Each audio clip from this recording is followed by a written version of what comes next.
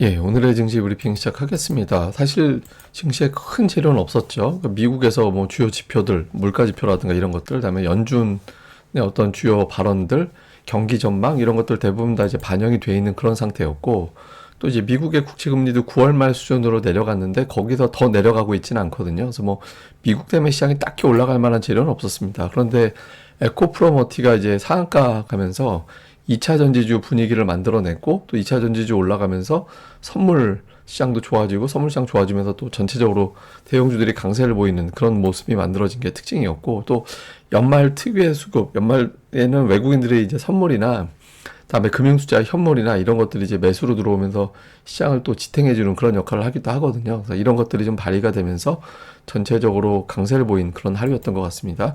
뭐 내용들 보면 미국 시장 지난 주말에 그렇게 특징적인 모습은 없었죠. 근데 어쨌든 9월 정도 수준까지 증시가 올라와 있는 상태잖아요.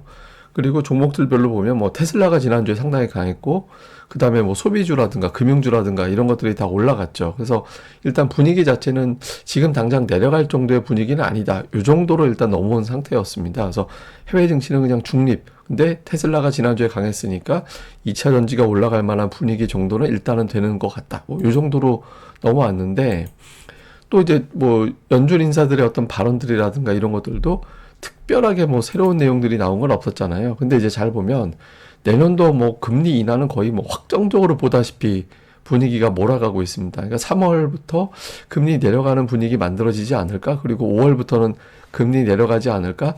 이런 기대감들이, 이게 이제 경기가 나빠서가 아니라 물가가 잡혀서 내려가는 거잖아, 뭐 이런 식의 어떤 분위기를 만들어주는 거죠. 그래서 이것도 조금 한번 매수 붙여볼까, 이런 분위기를 만들어주고, 특히 이제 금리가 너무 올라가면 소비를 위축시키는데 그 이유가 여러 가지 비용, 이자 비용 이런 것들 부담을 주잖아요. 그런데 미국의 30년물, 30년 모기지 금리가 이제 피크 대비 0.8%포인트 정도 빠졌거든요. 그래서 미국이 경기 침체 가지는 않을 것 같다, 그러니까 요 정도 분위기는 되죠. 근데 이거 그렇다고 해서 뭐 오늘 이런 것들 때문에 우리 증시가 크게 올라갈 건 아니고, 시장을 만들어준 건 2차 전지였습니다. 그러니까 앞서 이제 테슬라가 지난주 강했다라는 것도 있었고, 또 2차 전지주에 이제 수급이 또 집중되면서 오늘 상한가까지 올라가는 그런 모습이 나왔잖아요. 그래서 2차 전지가 다시 부활하나 보다, 여기서 거래 대금이 터지나 보다, 그러니까 이런 기대감이 또 자극이 됐죠. 그래서 이런 것들은 올라가고, 반면에 이제 반도체 쪽은 조금 주춤했는데 그 엔비디아 실적 발표 앞두고 있다 보니까 여기에 대한 긴장감이 있죠. 오늘 뭐 로이터 기사에 보면 이런 게 있었습니다. 그러니까 7대 메가캡 종목군들이 올해 73% 올라갔는데 나머지 493개가 6%밖에 안 올랐다. 네, 이런 기사가 있었거든요. 이게 이제 엔비디아 실적 앞두고 이런 기사 나왔다라는 거는 그 실적 보고 이 73% 압도적으로 올라간 게 타당한 건지, 아니면 너무 오버했고 나머지 싼 거를 봐야 되는 건지, 이거를 좀 보겠다라는 의도도 있는 것 같아요. 그래서 어쨌든 뭐 엔비디아 실적 앞두고 좀 상대적으로 긴장감이 덜한 2차 전지 쪽에 좀 매수가 집중된 그런 모습이 나왔고, 코스닥에는 그 외에 이제 또 엔터주들이 장 초반에 아주 세게 갔다가 이제 상승폭이 좀 줄긴 했는데, 그러니까 블랙핑크 관련된 계약건이 좀 오락가락했죠. 그래서 그런 기사상으로는 이제 그렇게 되면서 이제 엔터주가 또 올라갔다가 확 내리긴 했는데, 상승폭을 줄이긴 했는데, 어쨌든 업종별로 긍정적으로 반응할 만한 뉴스들이 계속 나온 점도 이제 좀 상승 종목이 많고 상승폭이 키워지는, 그런 요인으로 작동이 됐던 것 같습니다. 주요 종목 보면 에코프로머티가 오늘 초반에 아예 일찌감치 상한가로 문을 닫아버렸거든요. 근데 제가 이걸 주목한 건 뭐냐면 거의 10시 다 돼서 한 9시 50분경 정도에 상한가 딱 들어갔거든요. 시간대 보면 한 9시 50분 정도 되죠. 근데 그때 이제 무슨 현상이 벌어졌냐면 PSK 홀딩스가 아침에 쭉 빠졌다가, 그러니까 PSK 홀딩스를 비롯해서 이제 HBM 관련된 종목군들이 쭉 빠졌다가 에코프로머티가 상한가 딱 문 닫고 나니까 이게 낙폭이 줄어졌어요. 시간대가 비슷하잖아요. 저게 문 닫는 거 보고 이제 이쪽으로 다시 부분적으로 좀 넘어온 걸로 보이거든요. 그래서 지금 이게 약간 시소 관계에 있는 것 같다, 이쪽 업종이. 그것도 하나 주목을 해봐야 되죠. 그리고 PSK 홀딩스를 잘 봐야 되는 게, 사실은 되게 센 종목은 3일 연속 하락이 잘 안 나와요. 보통 이틀 연속 하락 나오면 3일차에선 반등하긴 하거든요. 근데 지금 3일째 빠졌습니다. 그래서 다른 종목은 아직은 3일 동안 연속 빠지진 않았는데 이 종목이 만약에 4일 연속까지 바뀌게 된다라면 다른 종목이 조금 더 안 좋은 영향이 미칠 수도 있거든요. 그래서 좀 뭐 그런 의미에서 좀 챙겨볼 필요가 있습니다. 왜 3일하고 이틀하고 차이가 뭐냐면 일주일이 5거래일이잖아요. 그러니까 절반 이상 하락한다라는 거는 주도주로서 위상을 잃는다라는 식으로 해석이 되거든요. 그래서 그런 형태 좀 볼 필요가 있고, 다음에 제가 오늘 아침에 이제 시장이 강하려면 그 대장주, 대형주가 멱살 잡아 올려야 되는데 현재로서는 역할을 해야 되는 게 삼성전자 또는 대형 2차전지, 뭐 LG에너지 솔루션 이런 종목이 돼야 된다. 근데 LG에너지 솔루션이 오늘 그 역할을 했죠. 근데 삼성전자는 연고점 부근에서 이제 멈칫하는 그런 모습을 보이고 있거든요. 이거 시원하게 돌파를 해버리거나 여기서 괜히 까딱까딱거리지는 않을 것 같아요. 그러니까 돌파되거나 밑으로 밀리거나 이제 둘 중에 하나가 될 텐데, 일단 오늘까지는 좀 까딱거리는 그런 형태를 보였습니다. 뭐 이후에 이제 다시 동네 바보형 모드에서 동네 천재형으로 바뀌면서 급등을 할지 바보로 다시 갈지는 좀 볼 필요는 있죠. 수급에서는 이제 개인만 양시장 매도를 하는 그런 형태를 좀 보였고, 기관은 매수했는데 제가 뭐 계속 말씀드리지만 연말까지는 금융투자는 매수 우위를 보이고 배당락 당일부터 금융투자가 매도로 이어진다라는 말씀드렸잖아요.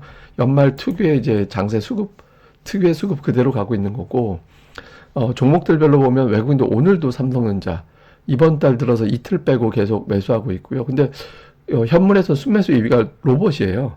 두산 로봇이 들어와 있고, 그 외에는 업종 내에서는 좀 엇갈리는 그런 형태를 보였습니다. 뭐 LG에너지 솔루션은 그 매도를 하는데 포스코 퓨처엠은 매수한다든가 이런 형태로 좀 엇갈리는 그런 형태를 보인 게 이제 특징이었고, 자동차도 뭐 기아는 사는데 오비스하고 현대차는 팔았잖아요. 좀 엇갈리는 매매를 했고, 기관 투자자들은 이제 삼성전자 매수인데 이게 금융투자 매수 때문에 금융투자 매수 때문에 시가총액 상위가 대부분 다 오른쪽에 들어가 있는 효과가 있거든요. 그래서 뭐 기관 매수의 종목의 의미를 두기는 오늘 코스피에서는 좀 어중간하고요.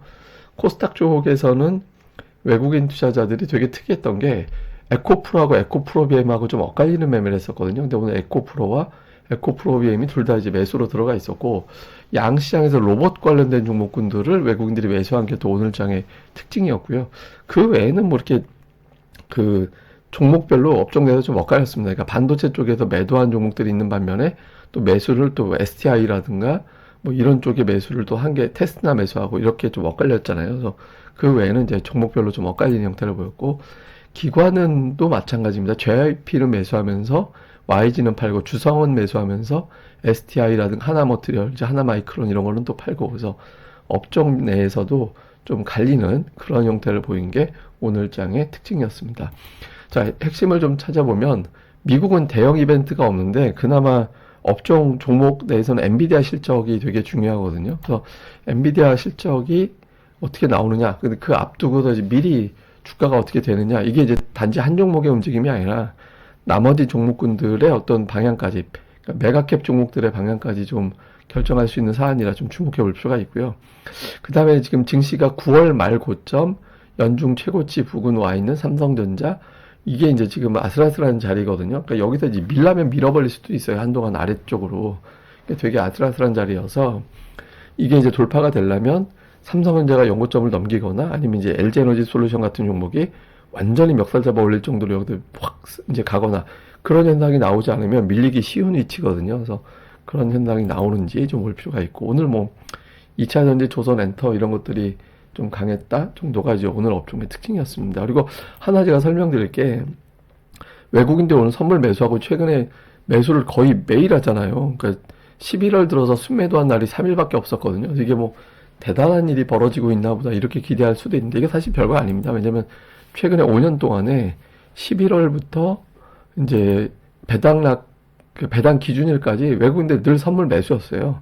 제가 쫙 찾아봐서 이렇게 다 보여드리는 건데 2018년도부터 2022년도까지 전부 다 보시면 외국인들 올 선물은 다 순매수였잖아요. 그래서 이건 뭐 특이한 현상이 아닙니다. 그래서 외국인들이 어마어마한 일을 도모하고 있는 게 아니라 연말에는 보통 이렇게 간다. 그래서 그리고 금융투자도 원래 매수를 한다. 그래서 사실 외국인들이 현물만 좀 사주면 그럼 연말장에서 대형주들은 쉽게 잘 안 밀리는 경향이 있긴 하거든요. 근데 이제 조금 엔비디아 실적도 있고 다음에 조금 이제 한번 더 올리기 전에 일부러 좀 흔들 가능성도 없잖아 있거든요. 그래서 좀 단기적으로는 삼성전자가 여기서 깨지면 안 되는 위치라서 삼성전자의 움직임이 어떻게 돌아가는지도 또 면밀하게 좀 잘 주의 깊게 보는 것도 중요할 것 같습니다.